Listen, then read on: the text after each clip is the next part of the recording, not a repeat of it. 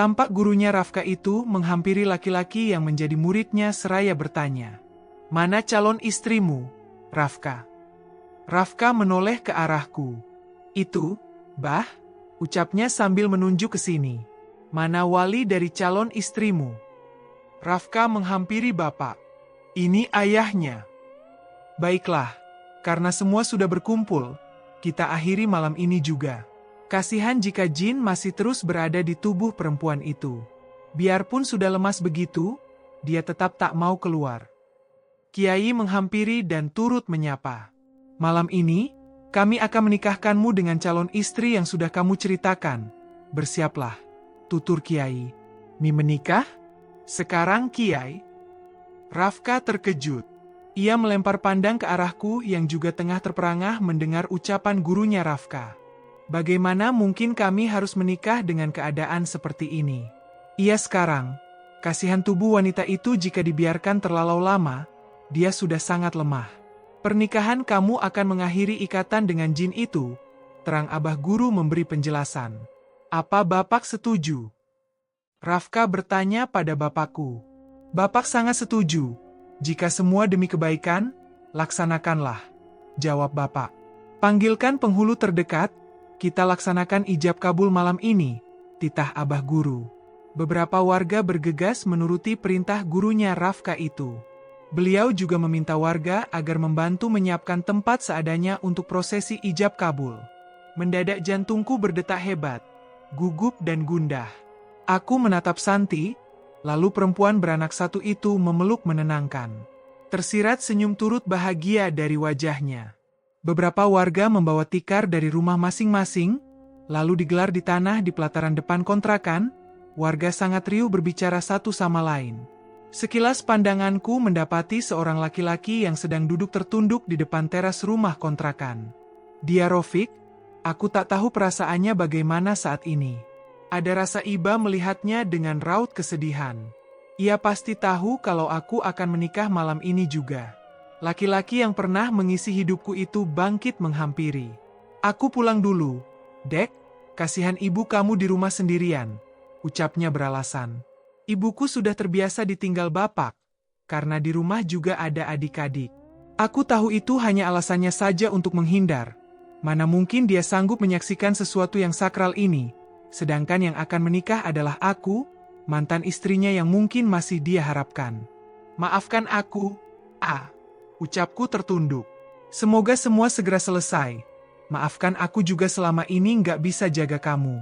Maafkan aku juga yang nggak percaya sama kamu," sahutnya. Tampak maniknya berkaca-kaca, ia segera menghindar meninggalkanku. Terlihat punggungnya menjauh, dengan tangan yang mengusap pipi.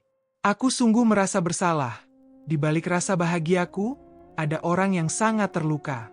"Maafkan aku, Rofik." Warga yang diminta membawa penghulu sudah datang. Bapak mendatangiku sambil tersenyum. "Sudah siap, Neng?" "Insya Allah, Pak. Tapi Arofik." Aku menatap bapak, menunjukkan padanya rasa bersalah yang menyelimuti pikiran. "Sudah, semua sudah kehendak Allah. Yakinlah bahwa semua ini yang terbaik untuk kalian." Aku angguk dan cukup tenang mendengar ucapan bapak. Meski rasa kasihan terus bermain di pikiran, tapi aku harus melupakan semua itu. Biarlah antara aku dan Rofik hanya menjadi kenangan. Semua ini sudah digariskan, tak ada yang mampu menolak. Sama seperti ketika ia menjatuhkan talak. Meski aku terluka, tapi itu adalah takdir. Rafka dan penghulu juga Abah Guru, Kiai dan para santri sudah duduk di atas tikar menungguku dan bapak. Aku yang masih memegangi Bu Bambang, pamit padanya dan meminta Santi mengambil alih menjaganya sementara. "Bu, aku mohon doa restu, kami akan menikah," ucapku sambil memegang jemarinya. "Pergilah, restu Mama bersama kalian," ucap ibunya Rafka lirih. Air mata mengalir di pipinya, pasti tak menyangka anak satu-satunya akan melaksanakan pernikahan mendadak begini. Semua ini dilakukan demi keselamatan kami dan juga Beinenah, agar Rafka pun segera terbebas dari ikatan makhluk itu. Aku meminta tolong pada ibu-ibu yang masih berada tak jauh dari tempat ini, meminta mereka agar memapah Bu Bambang agar bisa duduk mendekat untuk menyaksikan prosesi ijab kabul. Dengan langkah yang ragu dan perasaan yang bercampur tak menentu, aku mengikuti bapak berjalan ke arah karpet yang sudah digelar dan diduduki calon suamiku dan penghulu serta saksi dan warga lainnya. Mantan istri yang kusia-siakan saat itu tengah terluka. Ketika aku ke sana, ia tengah terkapar tak sadar di rumah Santi. Aku menyesal dan baru menyadari kesalahan. Menceraikan karena tipuan iblis. Namun itu bukan salahku sepenuhnya. Aku tetap ingin bersama Ica kembali. Meminta pada Bapak Ica agar aku diizinkan untuk bisa selalu menemui mantan istriku itu. Sayangnya, laki-laki parubaya itu tak mengizinkan, hanya meminta agar aku berkunjung ke rumah beliau saja kalau mau silaturahmi. Rasa kecewa pun bersarang di dada. Jika begini, kesempatan untuk bersatu lagi dengan Ica akan makin sulit. Luka yang dialami Ica cukup banyak. Mantan istriku itu harus dirawat. Selama di rumah sakit hatiku menahan panas. Menyaksikan Rafka yang sepertinya sangat peduli dan perhatian pada mantan istriku itu. Aku harus bisa kembali pada Ica. Jangan sampai laki-laki itu merebut Ica dariku. Menyesal dengan segala perbuatanku, entah harus bagaimana caranya agar aku bisa diterima kembali. Yang kurasa dan kulihat, orang tuanya tak lagi mengizinkan kami berhubungan. Dulu saat menikahi perempuan itu, perjuanganku tak terlalu banyak dan tak begitu sulit. Hingga mengucap talak pun begitu mudah meluncur begitu saja. Ceraikan saja perempuan tukang zina seperti itu. Apa kamu mau punya anak dari hubungan hasil zina? Kak Wulan memberi saran dengan kesal. Aku tahu kakakku tak pernah menyukai Ica. Bertambahlah rasa tak sukanya ketika aku mengatakan melihat dia bersama laki-laki lain di kamar kami. Iya, Fik, kayak nggak ada perempuan lain lagi. Kak anak kakak keduaku, menimpali. Padahal dia kakak yang tak terlalu banyak bicara tentang hubunganku dengan Ica, tapi waktu itu ia angkat bicara karena ikut kesal dengan apa yang aku ceritakan. Belum lagi dari mamaku yang sama sekali tak setuju dari awal perkenalan kami. Semakin yakin untuk meminta aku menceraikannya. Talak satu saja sebenarnya cukup. Tapi karena Ica tak mengakui kesalahannya menyebabkan aku meradang dan mengucap talak 3 dengan amarah. Pulang dari rumah sakit, karena tak diizinkan menginap oleh orang tua Ica, aku menghempaskan diri di tempat tidur. Kamar yang pernah diisi olehnya terasa sunyi. Biasa ketika bangun melihat wajah seorang perempuan cantik dan selalu menyambut dengan senyum. Sekarang semua itu hilang. Rasa indah ketika aku bertemu dengannya dulu kembali membayangi. Wajah yang bersahaja, bukan hanya cantik, tutur kata dan bahasa sangat sopan. Wanita yang lebih banyak diam dan menunduk ketika sudah aku nikahi. Takut jika aku marah, khawatir marahnya suami jadi neraka. Apa yang aku perintahkan atau aku suruh, dia menurut.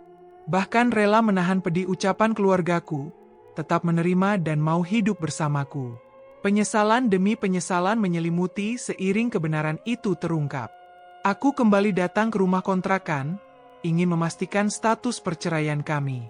Merasa perceraian ini tak seharusnya, meminta agar kembali diterima. Namun ayah Ica mengatakan bahwa kami sah bercerai dan sudah bubar iddah. Selama masa iddah juga aku tak pernah memberinya nafkah maupun bertemu disebabkan kemarahanku padanya. Sedangkan selama masa iddah, harusnya aku masih memberinya tanggung jawab. Bisa saja kesempatan itu ada dan mengetahui semuanya lebih dulu. Yah begitulah penyesalan, tak pernah datang di awal, dan kini aku tersiksa dengan kecerobohanku sendiri. Canda dan tawa selama kebersamaanku dengannya di rumah kontrakan selalu membayangi.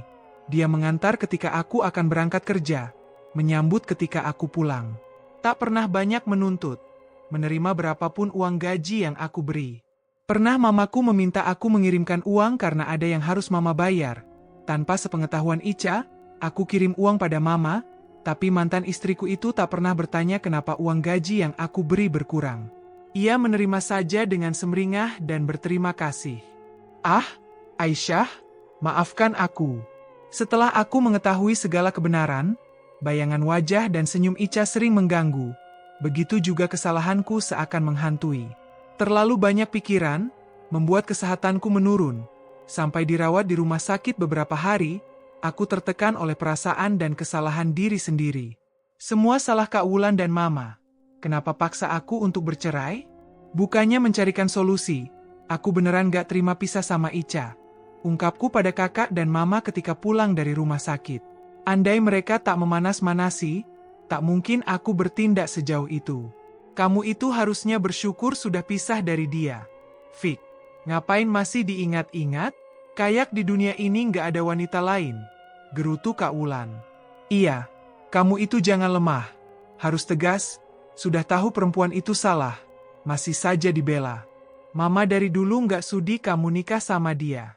Harta nggak punya, tinggal jauh di pelosok. Apa yang kamu harapkan? Modal cantik? Protes mamaku. Ia memang tak pernah merestui hubungan kami. Tapi penilaian kita sama Aisyah itu salah. Dia nggak zina. Itu tipu daya setan dan sekarang aku dihantui kesalahan aku sendiri. Sudahlah. Susah ngomong sama kamu. Orang tua melarang karena ingin kamu dapat yang terbaik. Mama tampak kesal. Aku mau balikan sama Ica. Lirih kucapkan kata itu. Namun, niatku sudah bulat. Sudah hilang akal kamu. Fik, Mama yakin kamu dipelet sama perempuan itu, makanya kamu nggak waras begini. Kamu sadar dong, Fik, dia nggak baik buat kamu. Nanti aku carikan perempuan yang baik, yang bisa bikin kamu bahagia. Tutur Kak Wulan. Sudahlah, tak ingin ribut dengan mereka. Jika dilayani, pembicaraan kami tak akan bertemu ujungnya. Setelah tubuhku sehat, aku berkunjung ke rumah orang tua Ica dan ingin menginap.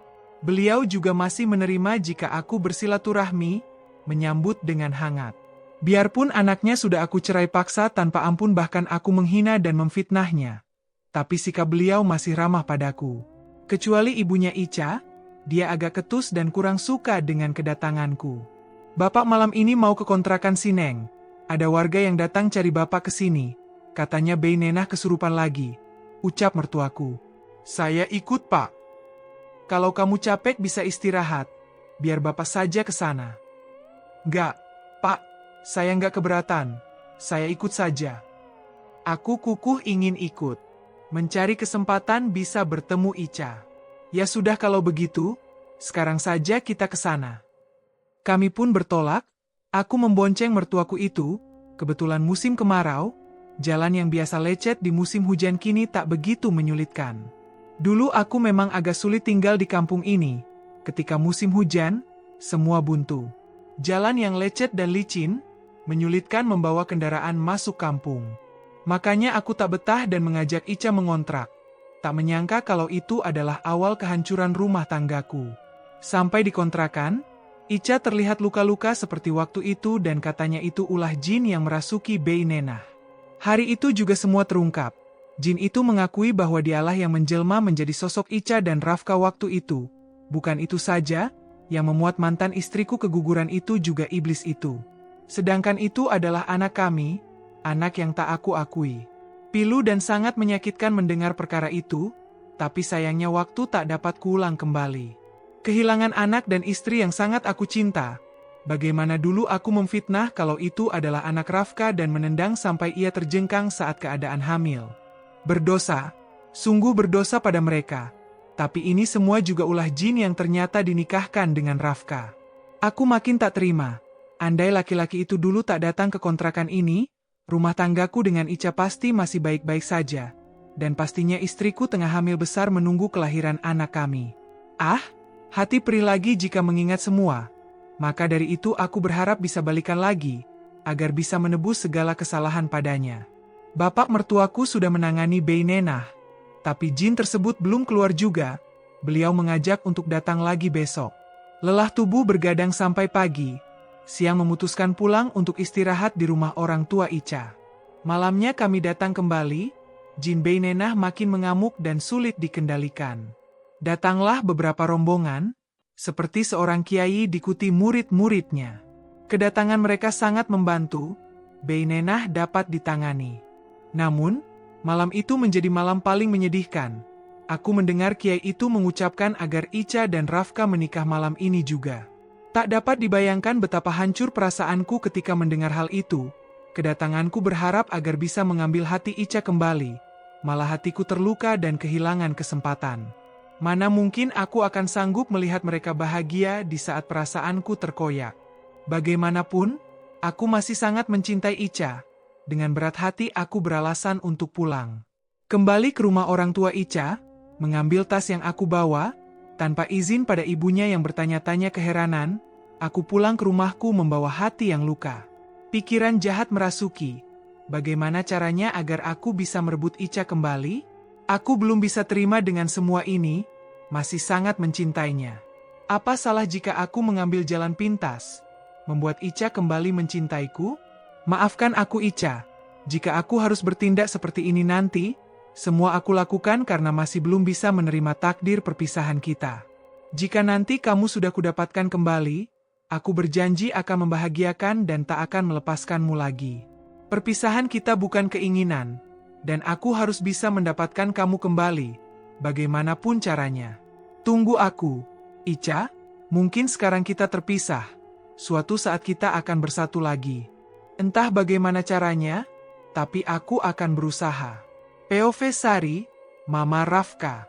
Aku dilahirkan dari keluarga yang kurang mampu, merasa hidup ini tak adil karena selalu menderita. Bukan sekali dicaci dan dihina orang-orang sekitar, termasuk orang yang katanya saudara.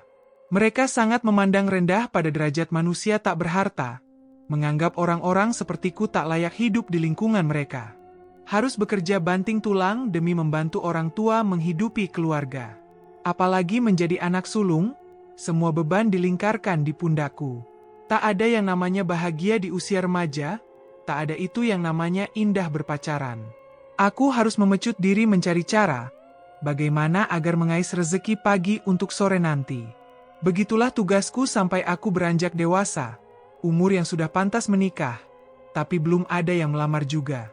Makin menjadi sanak saudara menghina, mengatakan mana ada orang yang akan sudi melamar, karena hidup dihimpit kemiskinan. Ya begitulah nasibku. Hingga suatu hari seorang laki-laki beda kampung datang meminang, banyak orang yang tak percaya dengan lamaran itu.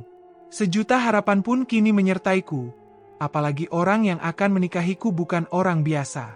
Berpikir bahwa jika menikah dengan laki-laki dari kalangan keluarga berada, akan membuat kehidupanku berubah bahagia. Namun setelah menikah, dugaanku meleset.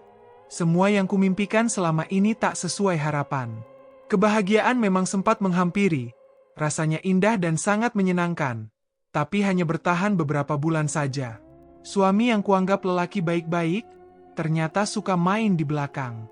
Berganti-ganti pasangan, padahal sudah menikah dan memiliki aku.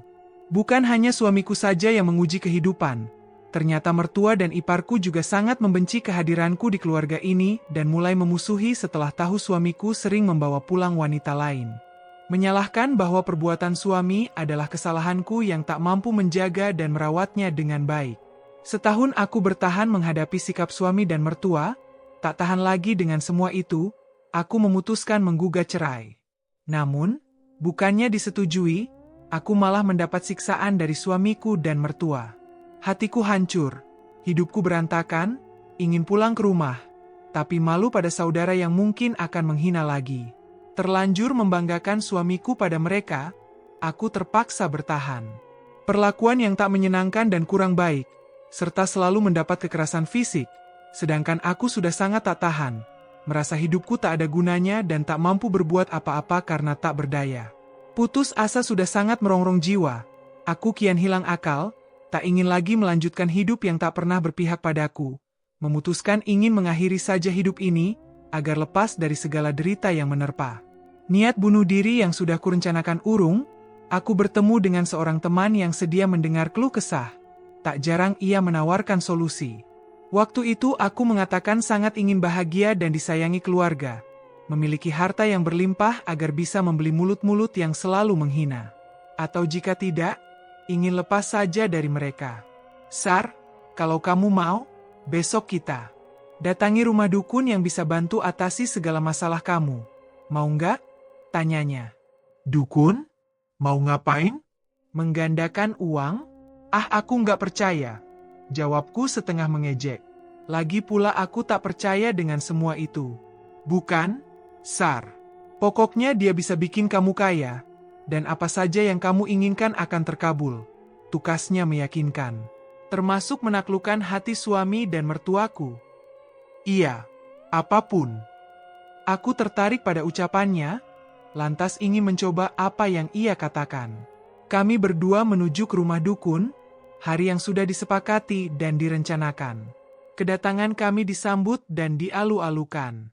Setelah menceritakan apa maksud kedatanganku, sang dukun pun mengangguk tanda mengerti. Dukun itu meminta agar aku memilih salah satu botol. Di setiap botol ada jin sudah jinak yang harus aku beli, dan dia akan membantu mengabulkan setiap permintaan. Tentunya hal itu ada syaratnya. Tanpa berpikir panjang, aku menyanggupi, kepalang sakit hati, daripada mati bunuh diri lebih baik hidup senang dan bahagia, apapun syaratnya. Sang dukun pun sepakat. Dari botol tersebut keluar sesosok makhluk menyerupai wanita cantik, bersimpu sambil berkata sudah siap melaksanakan setiap keinginanku. Dengan syarat aku harus punya keturunan. Nanti keturunanku itu yang harus jadi tumbal. Tumbal? Keturunan? Aku tersentak dan menolak. Tapi sang dukun menjelaskan tumbal yang dimaksud bukan berarti harus dibunuh. Hanya meminta menikahkannya saja tanpa mengganggu kehidupan anak yang dilahirkan. Sebelum aku hamil, aku tak akan mendapatkan apa-apa. Jika sudah mengandung, barulah jin itu bertindak. Aku sudah bertekad ingin bahagia, tinggal memikirkan agar aku segera hamil. Baiklah, Mbah, saya setuju. Dengan ragu-ragu aku mengangguk menerima perjanjian. Setelah selesai kami pun pulang. Segala cara aku lakukan agar segera mendapatkan keturunan, walau harus bertahan dengan penderitaan dan siksaan yang diberikan suamiku. Perselingkuhannya makin menjadi, dia datang padaku hanya ketika ingin menggauliku saja. Rasa marah dan benci mulai merasuki, akibat ulahnya itu, aku sanggup menumbalkan anakku nanti. Akhirnya yang ditunggu-tunggu pun terwujud. Aku hamil. Ritual pun harus segera dilakukan. Sesuai jadwal yang sudah kami atur, ritual itu pun dilaksanakan. Aku dimandikan oleh dukun tersebut dengan air bunga 7 warna, disertai sesajen yang menjadi syarat lain dan selama hamil, jangan mengaji atau melaksanakan ibadah apapun. Jika sudah melahirkan nanti, datang lagi ke sini. Anak yang kamu kandung ini harus dinikahkan. Ucap dukun yang berjanggut panjang sedada dan berwarna putih keseluruhan itu. Baik, Mbah, terima kasih. Ingat dengan semua syarat yang harus kau hindari selama hamil. Jika melanggar, kau tidak akan mendapat apapun dan kau sendiri akan mati. Lagi-lagi aku terperanjat mendengar ucapan dukun itu. Kenapa saya harus mati, Mbah? Kamu tidak akan mati jika memenuhi syarat. Syarat yang diajukan dukun membuatku bergidik. Aku tak tahu nyawaku juga terancam jika tak ikut aturan. Perlahan hidupku mengalami perubahan. Suamiku sangat bahagia mendengar kehamilan ini, begitu juga mertua dan ipar. Bukan hanya gembira, suamiku menjadi sangat penurut. Ia mulai tekun memberi kasih sayang dan perhatian, pekerjaannya pun mengalami peningkatan pesat. Apa yang aku hayalan selama ini akhirnya terwujud. Tak ada lagi yang memandang sebelah mata. Aku bisa menjalani hidup sesuai keinginan. Selama hamil, suami dan mertua sangat memanjakan diriku. 9 bulan aku mengandung, akhirnya melahirkan anak lelaki yang sangat tampan. Wajahnya bersih, mirip ayahnya. Bahagia menyambut kehadiran buah hati yang sudah lama dinanti, lalu memberikan nama, Rafka Haryansyah, pada bayi mungil kami. Melihat bayi yang begitu tampan dan merasa bahagia atas kehadirannya. Perasaanku menjadi tak reka jika harus melakukan lagi ritual itu pada bayi mungil yang tak berdosa. Akhirnya aku memutuskan untuk tidak melanjutkan perjanjian dengan dukun dan jin itu. Namun, perjanjian tetaplah perjanjian. Dukun itu mengancam. Jika aku membatalkan, maka harus siap mati.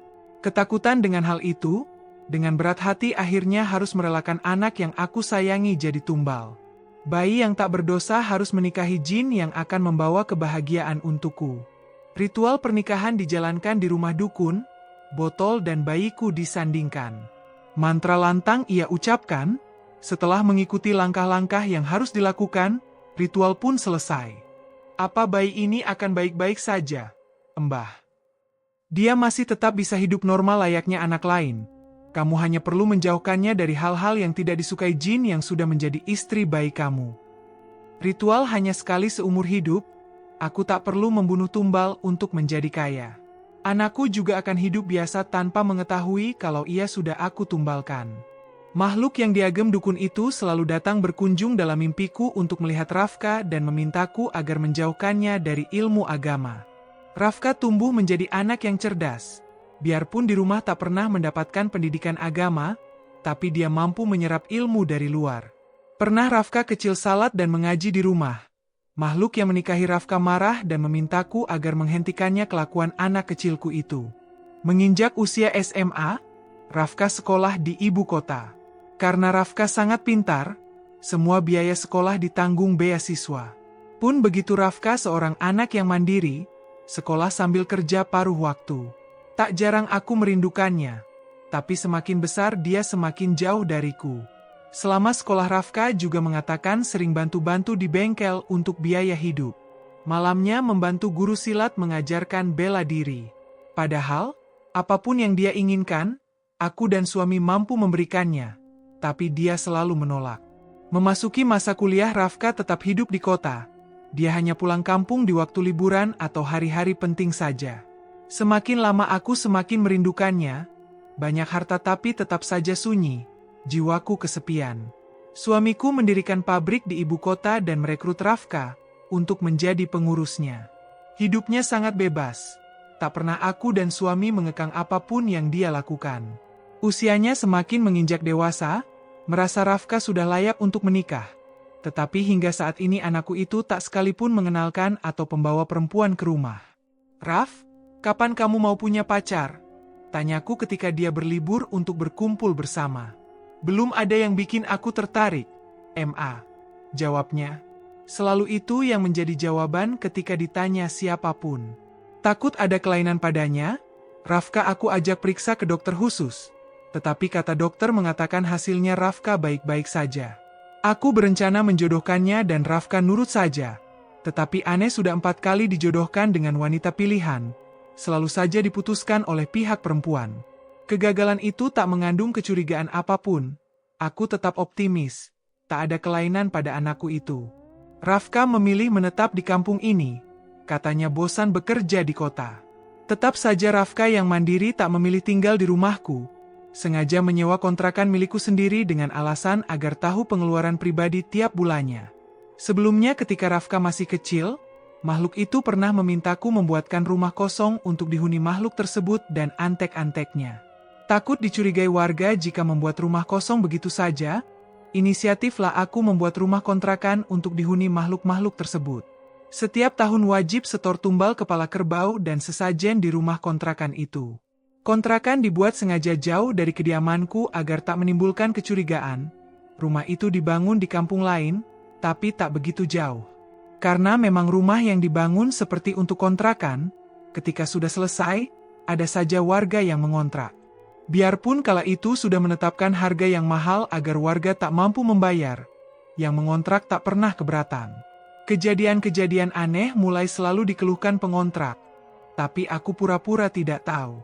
Pernah ada yang kesurupan hingga sakit parah. Aku tetap tak peduli dan meminta mereka cari rumah lain, karena memang niatnya bukan untuk disewakan. Hingga kontrakan itu sempat kosong beberapa lama. Seiring berjalannya waktu makin banyak orang yang mencari rumah kontrakan di kampungku, aku mengembangkan bisnis kontrakan di kampung lain. Rumah kontrakan yang dihuni makhluk itu sengaja aku murahkan harganya. Tergiur dengan hasil yang didapat tiap bulan tanpa peduli pada keluhan mereka selama tinggal di sana. Ada juga beberapa kali yang mengontrak, tapi tetap saja tak ada yang bertahan lama. Hingga datang seorang perempuan yang juga ingin mengontrak, aku pun setuju dan rumah itu kembali dihuni. Anehnya dia bisa bertahan cukup lama di sana. Biasanya 1 minggu 2 minggu saja sudah kabur karena katanya rumah itu ada hantunya. Padahal bukan hantu, tapi jin. Aku malah bersyukur sekali kalau dia betah dan bertahan cukup lama. Mendengar saudara suami yang di Tasik terkena musibah, suamiku meminta agar saudaranya itu tinggal di kontrakan sebelah yang masih kosong. Mang Tatang dan Bey Nenah serta anaknya Ani. Belum lama tinggal di sana, mendengar kabar Ani kerasukan, aku pura-pura tak tahu dan tak segera datang menjenguk, mengajak suami juga yang kebetulan libur. Rafka juga berkata akan menjenguk, dan dia akan menyusul. Agak aneh saja. Setahuku jin penghuni tak pernah merasuki, hanya mengganggu saja. Ketika di rumah Bey Nenah, Aku dapat merasakan sikap aneh ketika Rafka melihat perempuan yang mengontrak di sebelah sedang menyapu di luar kala itu. Rafka terlihat senyum-senyum sendiri memandang dari jauh. Suatu hari, Rafka menceritakan perasaannya padaku. "Ma, kayaknya aku suka sama perempuan di rumah kontrakan Mama," ucap Rafka. "Siapa?" "Bei Nena." "Masa Bei Nena?" "Terus siapa? Ani?" "Bukan. Tuh, tunjuknya pada perempuan di luar. Yang benar kamu, Raf? Bukannya dia sudah bersuami?" "Ya itu masalahnya. Ma, aku tertarik sama dia. Sayang sekali," keluh Rafka lesu. Ada rasa gembira ketika Rafka berkata suka pada seorang wanita, pasalnya selama ini ia selalu acuh tak acuh. Sayangnya perempuan itu sudah bersuami. Rafka juga terlihat sangat kecewa tetapi selalu bersemangat ingin selalu berkunjung ke rumah Bei Nena. "Kabar bahagia kembali aku dengar. Katanya Ica sudah bercerai dan Rafka meminta restu agar aku setuju. Meski berat hati, aku mendukung saja asal Rafka bahagia." Malam itu, aku didatangi makhluk yang sudah lama tak aku temui. Dia memintaku agar tidak mengizinkan Rafka dekat dengan perempuan bernama Ica itu. Tapi aku tak bisa berbuat apa-apa. Berhubung Rafka tak tinggal serumah denganku. Dalam mimpi dia sering hadir, memaksa aku agar sebisa mungkin memisahkan mereka dan mengancam akan membunuhku. Pernah aku membayar orang untuk mencelakai Ica, seorang pengendara motor yang sengaja aku bayar untuk menabraknya, agar pernikahan mereka tak terjadi. Namun, ternyata hingga kini perempuan itu baik-baik saja. Hingga saat kejadian makhluk itu menguasai Bei Nena, awalnya aku pikir yang merasuk itu jin lain. Ternyata itu adalah jin jelmaan istri Rafka. Sama sekali tak menyangka akan terjadi seperti ini. Selama ini, Rafka tak bisa menikah akibat ulahku dan aku tak menyadari. Sungguh aku tak tahu kalau Rafka tak mencintai wanita manapun itu akibat jin yang menikah dengannya selalu menghalangi. Dulu dukun berkata, Rafka akan hidup normal. Tapi ternyata semua itu bohong. Anak satu-satunya harus menderita seumur hidup gara-gara perjanjian itu. Harta yang selama ini kupunya, ternyata mengorbankan kebahagiaan anakku sendiri. Tersesat dalam godaan dunia, lupa bahwa kelak aku akan mati dan setiap perbuatanku akan dipertanggungjawabkan. Jin itu semakin mengamuk dan meminta Rafka membuat pilihan. Bersyukur telah melahirkannya ke dunia. Dia anak yang taat dan sayang padaku. Ketika diminta memilih, antara aku atau kekasihnya, Rafka tak gentar, memilih kami berdua. Aku menangis dan menyesali segala perbuatanku selama ini. Aku akan bertobat dan melepas kebahagiaan semu ini dan menjalani hidup bahagia bersama anak yang menyayangiku. Aku duduk agak jauh dari Rafka, ditemani tetangga dan ibu-ibu lain yang turut menyaksikan acara sakral ini. Bapak dan Rafka sudah duduk berhadapan. Tampak dua laki-laki yang aku sayangi tengah mengatur posisi masing-masing, duduk saling berhadapan di tempat seadanya yang disediakan warga. Begini, tadinya saya nggak pernah menikahkan calon mempelai yang belum memenuhi persyaratan. Apalagi sekarang syarat menikah cukup sulit, harus mengantongi berbagai macam surat keterangan. Tapi kata warga yang menjemput saya, pernikahan ini penting dan harus segera dilaksanakan malam ini juga. Mereka juga cerita apa alasannya. Oleh sebab itu, saya terima untuk menikahkan kalian demi keselamatan bersama, ucap Pak Penghulu sebelum memulai akad. Bapak dan warga yang menyaksikan angguk-angguk mendengarkan. Jadi nanti, kalau sudah selesai nikah, kedua mempelai harus usahakan datang ke kantor urusan agama untuk mengurus surat-surat. Ya, biar pernikahan ini bukan hanya sah di mata agama, tapi diakui negara juga. Nasihat Pak Penghulu melanjutkan ucapannya. Aku dan Rafka angguk mengerti nasihat beliau. Memang benar, aku juga belum memiliki surat-surat resmi untuk bisa menikah lagi secara negara. Tapi karena mendadak, kata Pak Penghulu itu tak masalah. Bisa menyusul mengurus semua itu kemudian. Tapi sebelum dimulai, saya mau tanya dulu ini. Apa pernikahan ini nggak ada unsur paksaan? Dua mempelai siap menikah. Iya, Pak, siap. Siap banget, jawab Rafka spontan. Wah, calon mempelai laki-laki sudah nggak sabar ternyata, usik Pak Penghulu. Kalau mempelai perempuan bagaimana? Apa siap menikah? Nggak ada paksakan. Insya Allah, sahutku. Baiklah kalau begitu. Nanti juga jangan lupa, ikut sekolah pranikah, menambah lagi ilmu untuk menjalankan pernikahan. Karena berumah tangga itu bukan hanya urusan nafkah lahir dan batin saja. Menikah itu untuk melaksanakan ibadah yang sangat dianjurkan agama, dan dalam pernikahan juga bukan hanya ada bahagia saja, tapi ada liku-liku yang harus dihadapi bersama ke depannya. Oleh karenanya, kedua calon pengantin harus belajar dan menggali ilmu agama untuk bekal masa depan dalam rumah tangga. Jangan cuma mikir yang penting bisa bikin anak, seloroh Pak Penghulu dalam nasihatnya.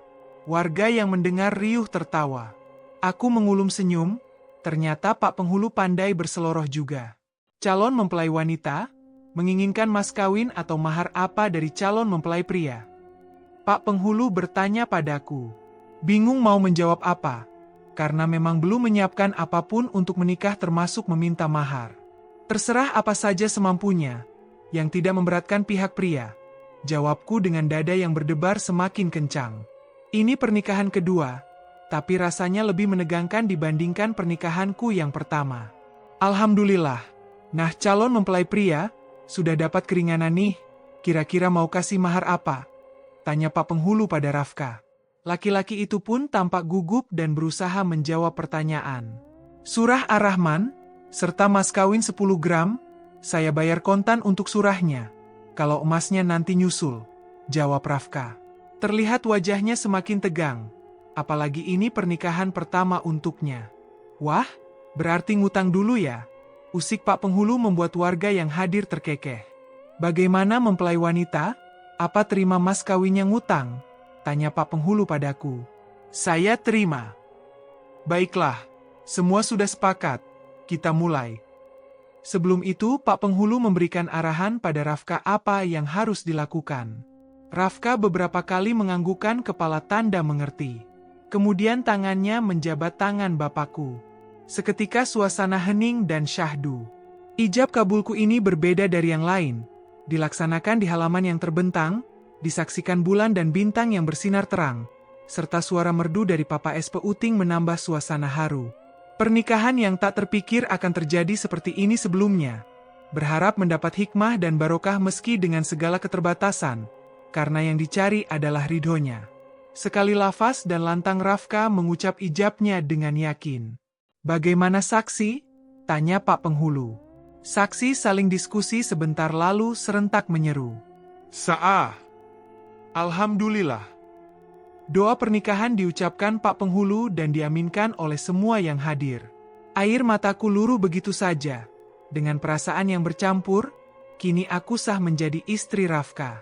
Pemandangan haru juga disaksikan olehku. Rafka tergugu menangis memeluk abah gurunya yang tak jauh berada di sampingnya sambil menepuk-nepuk pundak suamiku itu. Rafka menghampiri Bu Bambang yang terkulai di pangkuan Santi dan ibu-ibu. Ia meraih tangan ibunya lalu menciumnya. Segera aku mendekati Rafka dan sama mencium tangan Bu Bambang yang kini adalah mertuaku. Ma, aku sudah menikah. Doakan semua baik-baik saja. Bu Bambang terisak sambil memegang tangan Rafka. Semoga bahagia. Raf, maafkan Mama. Keduanya terisak penuh haru. Ah, aku pun ikut terharu menitikan air mata. Ica, jadi istri yang baik untuk Rafka, jaga dia, jaga hati dan perasaannya juga makan minumnya. Lirih Bu Bambang seraya meraih tanganku. Iya, Bu, insya Allah. Selesai dengan Mama Rafka, kami mendekati Bapak. Rafka menyalaminya. Ia terisak berterima kasih. Bapak sedikit memberi wejangan agar Rafka menjadi suami yang baik dan menjadi kepala keluarga yang memimpin rumah tangga sesuai syariat Islam. Giliranku berhambur memeluk Bapak. Perasaan bahagia ini tak bisa digambarkan.